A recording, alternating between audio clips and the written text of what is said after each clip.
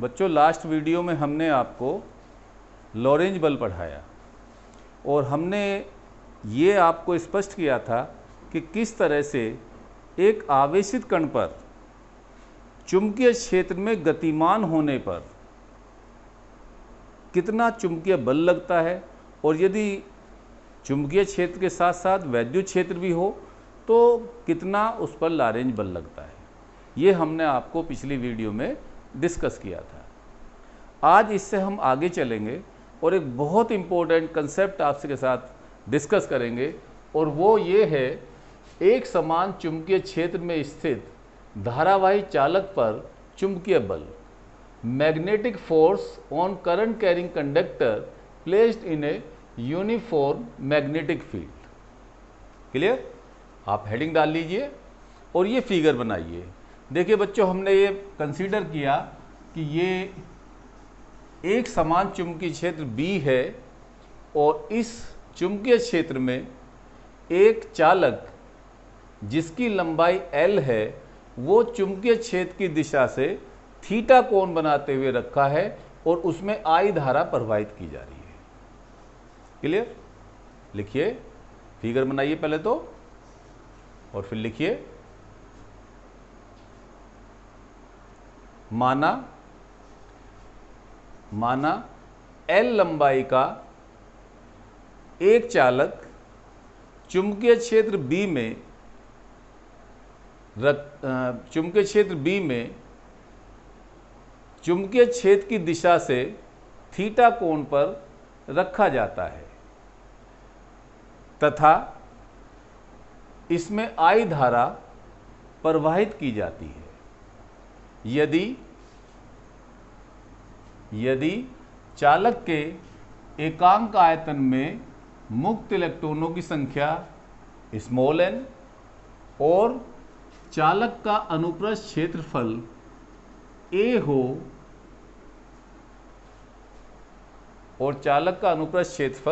A हो तो चालक में प्रवाहित धारा I बराबर क्या हो जाएगा बच्चों? आपको ये रिलेशन मैंने बहुत अच्छी तरह से समझाया था, NEAVD। I बराबर NEAVD, जहां VD चालक में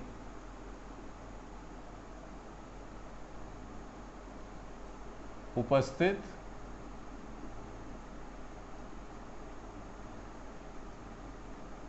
मुक्त इलेक्ट्रॉनों का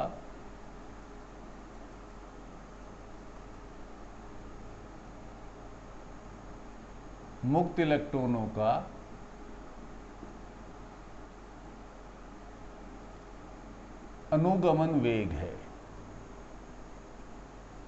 आप जानते हैं कि जब हम चालक में धारा प्रवाहित करते हैं तो चालक में उपस्थित मुक्त इलेक्ट्रॉनों का औसत वेग अनुगमन वेग कहलाता है। क्लियर?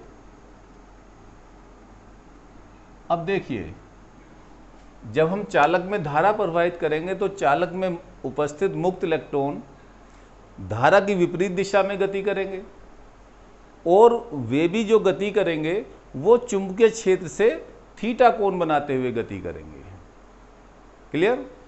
तब चालक में उपस्थित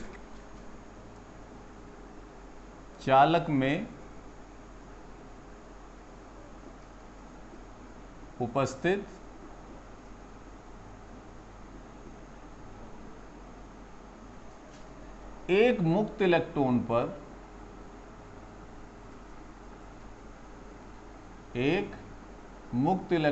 पर लगने वाला चुंबकीय बल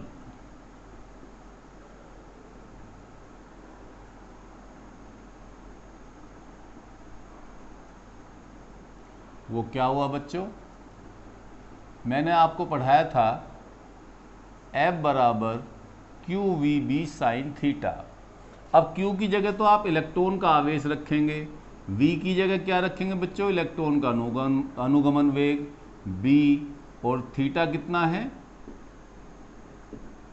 और थीटा एंगल है, तो F बराबर EVD B sine theta, equation number 2।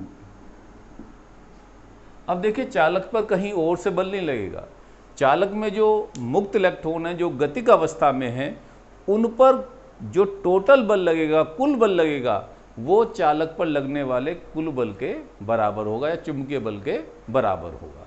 तो बच्चों एक इलेक्ट्रॉन पर लगने वाला हमने चुंबकीय बल निकाल लिया, Q की जगह E रखा इलेक्ट्रॉन का आवेश, V की जगह अनुगमन वेग रखा इलेक्ट्रॉन का B साइन थीटा। क्लियर हो गया इतना। अब हम निकालेंगे कि भाई चालक में कुल इलेक्ट्रॉन कितने हैं। तो चालक में उपस्थित मुक्त इलेक्ट्रॉनों की कुल संख्या, चालक में उपस्थित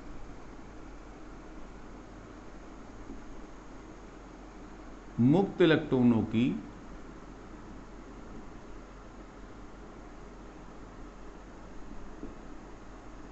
कुल संख्या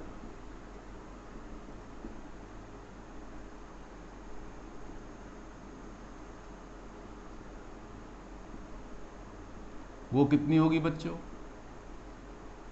बहुत आसान है। देखिए n बराबर ये हो जाएगा बच्चों चालक के एकांक आयतन में उपस्थित मुक्त इलेक्ट्रॉनों की संख्या गुना चालक का आयतन। चालक के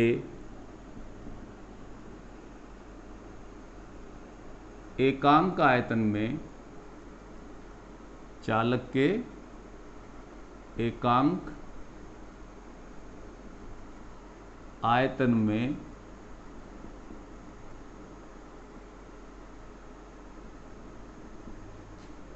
मुक्त इलेक्ट्रॉनों की संख्या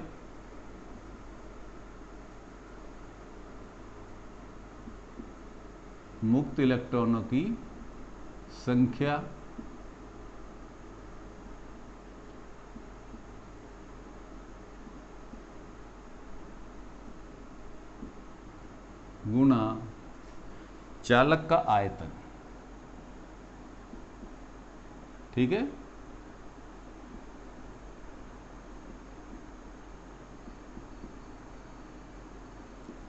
अब देखिए कितना आया बच्चों, एकांक आयतन में मुक्त इलेक्ट्रॉनों की संख्या n थी, मल्टीप्लाई किससे कर दो, चालक का आयतन। चालक का आयतन हो जाएगा आधार का क्षेत्रफल गुना चालक की लंबाई, that is A into L, नाल। क्लियर। अब देखिए चालक पर कुल बल कितना लगेगा, मैंने आपको समझाया था कि चालक में उपस्थित मुक्त इलेक्ट्रॉनों पर लगने वाला कुल बल। तो चालक पर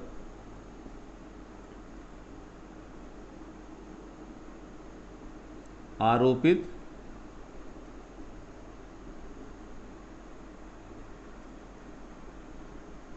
चुंबकीय बल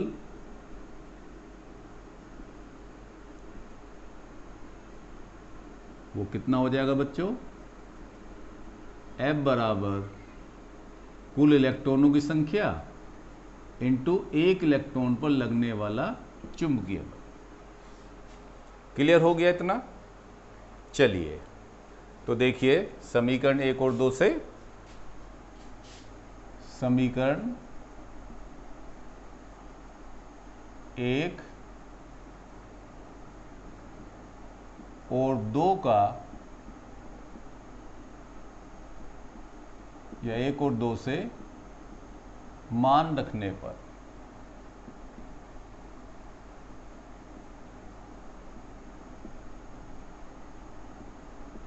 तो क्या आया बच्चों, F बराबर, देखिए n की वैल्यू,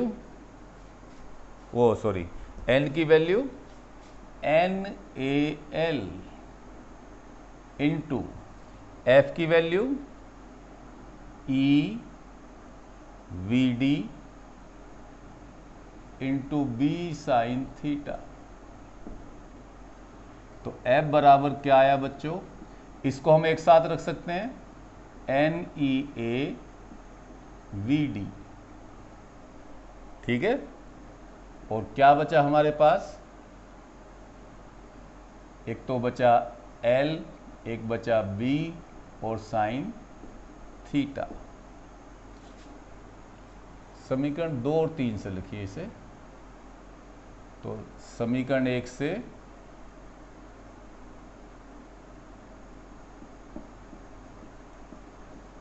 I बराबर N E A V D रखने पर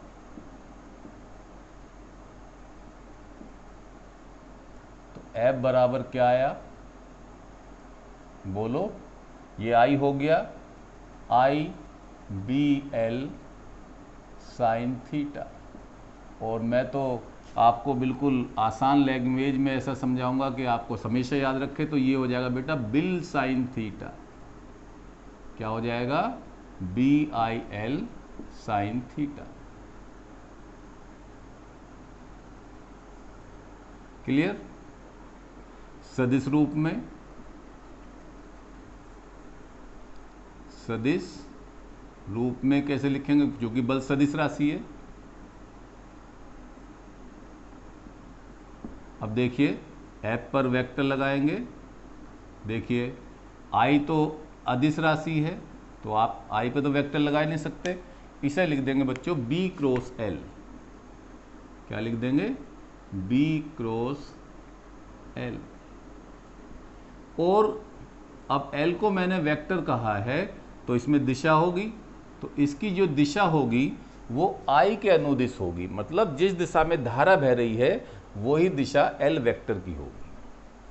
क्लियर, समझ में आया सबको। चलिए इसके बाद में केस 1।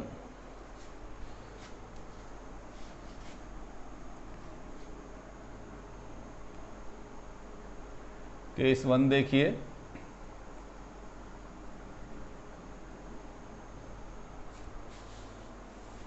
देखिए ये स्थिति आप याद रखेंगे क्योंकि ये बहुत ज़्यादा पूछी जाती हैं एक अंक के प्रश्न में। देखिए यदि चालक चुंबकीय क्षेत्र में लंबवत रखा हो, ऐसे चुंबकीय क्षेत्र है ऐसे बच्चों, और धारावाही चालक ऐसे रखा हुआ है लंबवत, तो थीटा कितना हो गया, 90 डिग्री। तो यदि चालक, लिखिए यदि चालक, फिगर बनाते हुए, चुंबकीय क्षेत्र में, यदि धारावाही चालक चुंबकीय क्षेत्र में लंबवत स्थित हो, यदि धारावाही चालक चुंबकीय क्षेत्र में लंबवत स्थित हो, तब थीटा बराबर 90 डिग्री। तो एफ बराबर क्या आया, B I L sine 90। Sine 90 आप जानते हैं 1 होता है, तो एफ बराबर बी आई एल। अब आई का वो साइन 90 का मान सबसे ज़्यादा होता है, तो ये बल बच्चों क्या हो गया, मैक्सिमम, अधिकतम। ठीक, तो चालक पर अधिकतम बल कब लगेगा, जब धारावाही चालक चुंबकीय क्षेत्र की दिशा के लंबवत रखा हुआ हो चुंबकीय क्षेत्र में। केस 2 देखिए, चुंबकीय क्षेत्र भी इसी दिशा में है बी, और धारावाही चालक भी इसी दिशा में है। इससे कोई फर्क नहीं पड़ता कि धारा इसमें ऐसे बह रही हो या विपरीत दिशा में बह रही हो, क्योंकि थीटा इसके इसमें 0 डिग्री होगा, और यदि धारा ऐसे बह रही है तो थीटा 180 हो जाएगा। दोनों ही केस में साइन 0 0 और साइन 180 0। तो लिखिए यदि धारावाही चालक चुंबकीय क्षेत्र में क्षेत्र की दिशा के समांतर स्थित हो, तब थीटा बराबर 0 डिग्री। तो F बराबर BIL साइन 0, साइन 0 0, तो F बराबर 0, और ये मिनिमम वैल्यू होगी, न्यूनतम, अर्थात चालक पर कोई बल आरोपित नहीं होगा। अर्थात यदि चालक चुंबकीय क्षेत्र की दिशा के समांतर स्थित है तो चालक पर कोई बाह्य बल आरोपित नहीं होगा। क्लियर हो गया कंसेप्ट?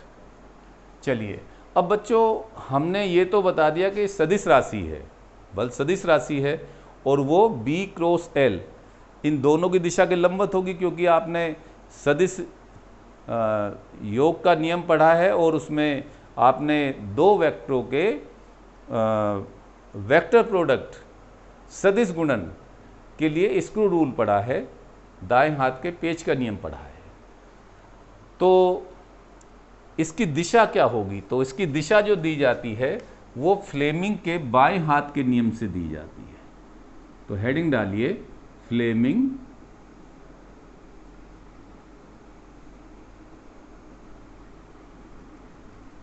के बाएं हाथ का नियम, फ्लेमिंग के बाएं हाथ का नियम।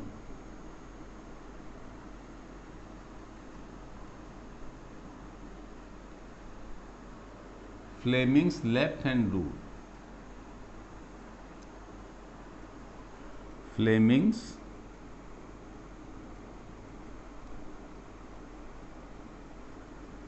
Left hand rule.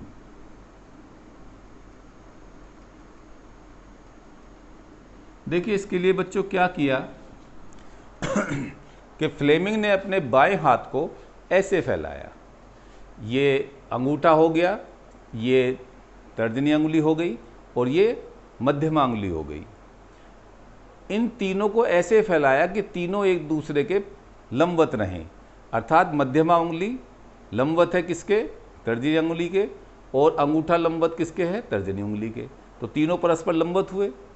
अब देखो ध्यान देना, ये मध्यमा अंगुली यदि चालक में प्रवाहित धारा की दिशा को प्रदर्शित करे और तर्जनी अंगुली चुंबकीय क्षेत्र की दिशा को प्रदर्शित करे, तो अंगूठा चालक पर लगने वाले बल की दिशा को प्रदर्शित करेगा।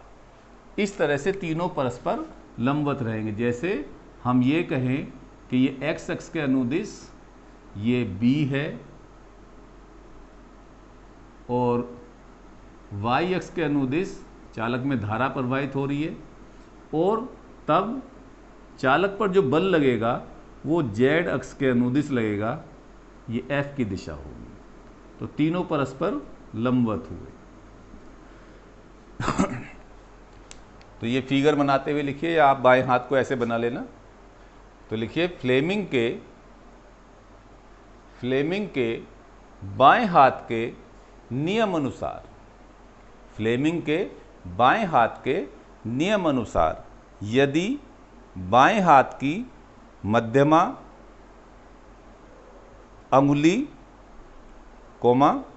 तर्जनी अंगुली और अंगूठे को इस प्रकार फैलाया जाए कि तीनों परस्पर लंबवत रहें। यदि बाएं हाथ की मध्यमा अंगुली, तर्जनी अंगुली तथा अंगूठे को इस प्रकार फैलाया जाए कि तीनों परस्पर लंबवत रहें, यदि मध्यमा अंगुली चालक में प्रवाहित धारा की दिशा, यदि मध्यमा अंगुली चालक में प्रवाहित धारा की दिशा और तर्जनी अंगुली चुंबकीय क्षेत्र की दिशा को निरूपित करे, तो अंगूठा चालक पर लगने वाले बल की दिशा को निरूपित करेगा। क्लियर हो गया? तो बच्चों इस वीडियो में इतना ही। नेक्स्ट वीडियो में मैं इसके आधार पर एक बहुत इम्पोर्टेंट कंसेप्ट कराऊंगा, और वो कंसेप्ट है दो समांतर धारावाही चालकों की प्रति मीटर लंबाई पर या एकांक लंबाई पर लगने वाला चुंबकीय बल। आप इन दोनों टॉपिक्स को बहुत अच्छी तरह से याद कर लीजिए और इनको अपनी नोटबुक में नोट कर लीजिए। कोई डिफ़िकल्टी आए तो आप मुझे मैसेज में लिख भेजिए। Thank you very very much.